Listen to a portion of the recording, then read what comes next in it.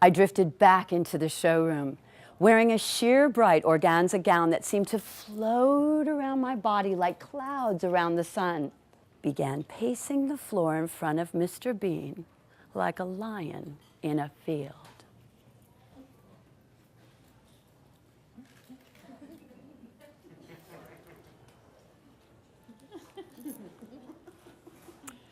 "Thank you.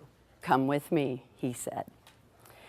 Standing straight as an arrow in the studio were Bean and his talented young assistants, fresh out of the prestigious Parsons School of Design, did all their creating. My eyes bounced around the room, taking in the drawings of women in cat-like poses and wearing striking hats and modern attire, until an Italian woman arrived in front of me holding a tape measure in her hands.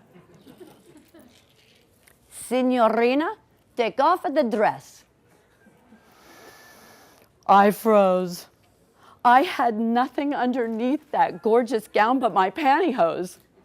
I looked around the studio.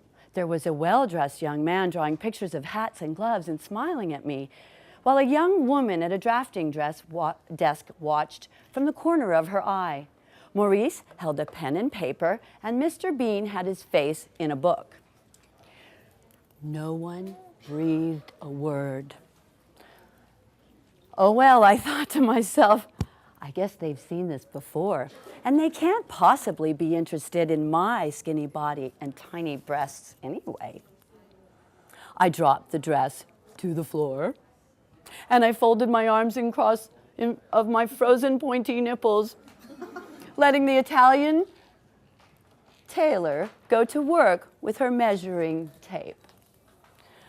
Wasting no time, she measured my height from my head to my toes, my torso from sternum to pelvis, my back from shoulder to neck, from neck to shoulder, my arms from shoulder to elbow, elbow to wrist. Then she measured my wrist, my legs from hip to knee, knee to ankle, my breasts from nipple to nipple, my waist, my hips, high and low.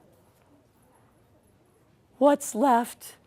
I wondered as she measured the back of my neck to the back of my waist. From the back of my waist, she pulled the tape measure all the way under my crotch, up the front side to my belly button. What's that for? "Oh, signorina, that's your rise."